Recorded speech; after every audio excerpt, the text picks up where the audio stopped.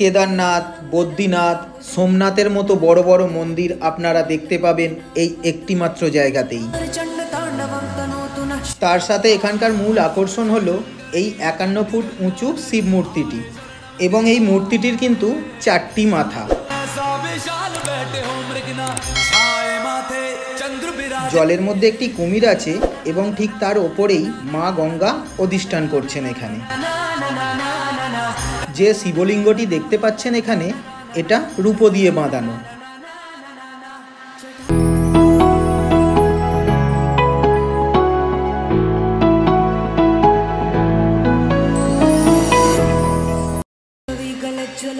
হরগৌরী প্রাণনাথ, মাথার উপর জগন্নাথ, এইবার উদ্ধার করো শিব ও শিব শিবমে।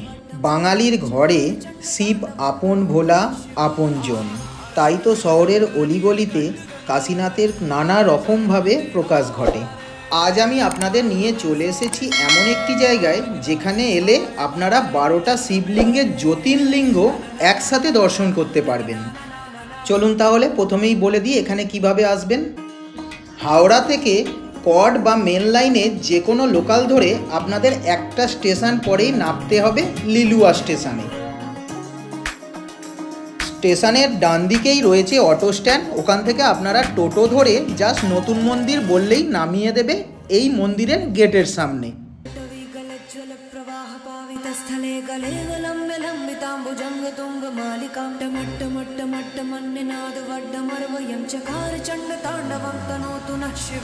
আমার পিছনে যে মন্দির দেখতে পাচ্ছেন, এই মন্দিরের পিছনেই কিন্তু আসল রহস্য।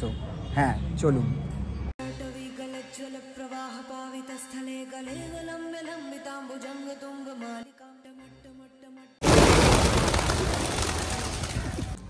বাহ, অসাধারণ সুন্দর বাগান। মন্দিরটি বেশ বড় এবং অনেকটা জায়গা জুড়ে বিস্তৃত, এবং সামনে রয়েছে খুব সুন্দর একটা ফুলের বাগান। আর সামনে যে মন্দিরটি দেখতে পাচ্ছেন, এটি এখানকার মূল মন্দির। হ্যাঁ, অবশ্যই ঘুরে দেখাবো এই মন্দির। সবার আগে চলুন আগে দেখে নিই এখানকার মূল আকর্ষণ যেটি, সেই 51 ফুটের শিব মূর্তিটি। সামনে যেটি দেখছেন বন্ধুরা, এটিই হলো সেই বিখ্যাত 51 ফুটের শিব মূর্তিটি। এই শিব মূর্তির বিশেষত্ব হলো শিব মূর্তিটির 4টি মাথা, 3টে সামনের দিকে এবং একটি ব্যাক সাইড, মানে গঙ্গা থেকে দেখতে পাওয়া যায়। মূল মন্দিরের ভিতরে যে শিবলিঙ্গ রয়েছে, সেই শিবলিঙ্গটির উপরিভাগ পুরোটাই রূপো দিয়ে মোড়া। রোজ বহু পুণ্যার্থী এখানে পুজো দিতে আসেন। একদম গঙ্গার ধারেই এই মন্দির, এবং তার পাশেই আরও একটি দর্শনীয় স্থান। গুহাটির একদম সামনে গিয়ে নিচে লক্ষ্য করল রয়েছে একটি কুমির, এবং তার ওপরে অধিষ্ঠান করছেন মা গঙ্গা। এখানে প্রতিটি মূর্তি খুব সুন্দর করে তৈরি করা হয়েছে, দেখে মুগ্ধ হয়ে যাবেন। পাশেই রয়েছে এন্ট্রি গেট। চলুন এন্ট্রি গেট দিয়ে ভিতরে ঢোকা যাক।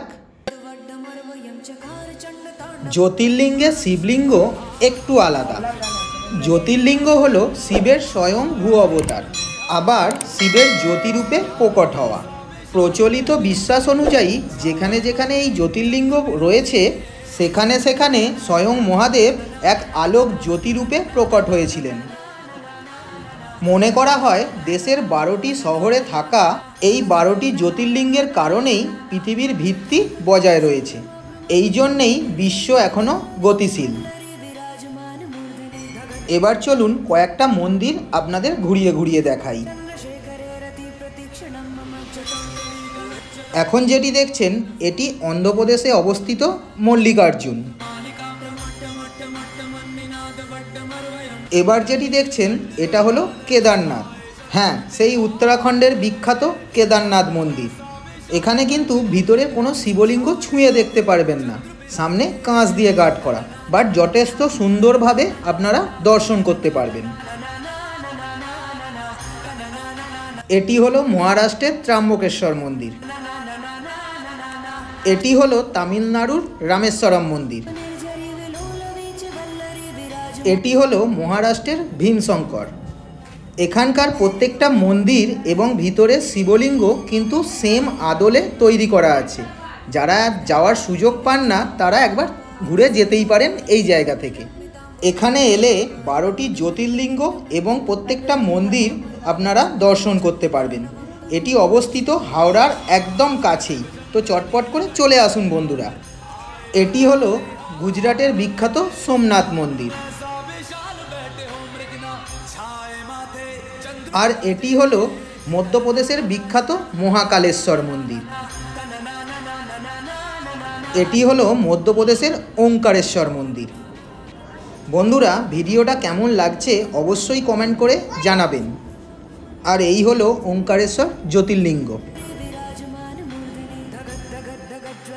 এই মন্দির সকাল 5টা থেকে দুপুর 12টা পর্যন্ত এবং বিকাল 4টে থেকে রাত্রি 9টা পর্যন্ত খোলা থাকে। আপনারা এর মধ্যে এসে দর্শন করতে পারেন। বন্ধুরা, এই ছিল আজকের ভিডিও। কেমন লাগলো অবশ্যই কমেন্ট করে জানাবেন। সঙ্গে থাকবেন, আবার দেখা হবে নতুন কোথাও নতুন কোনোখানে।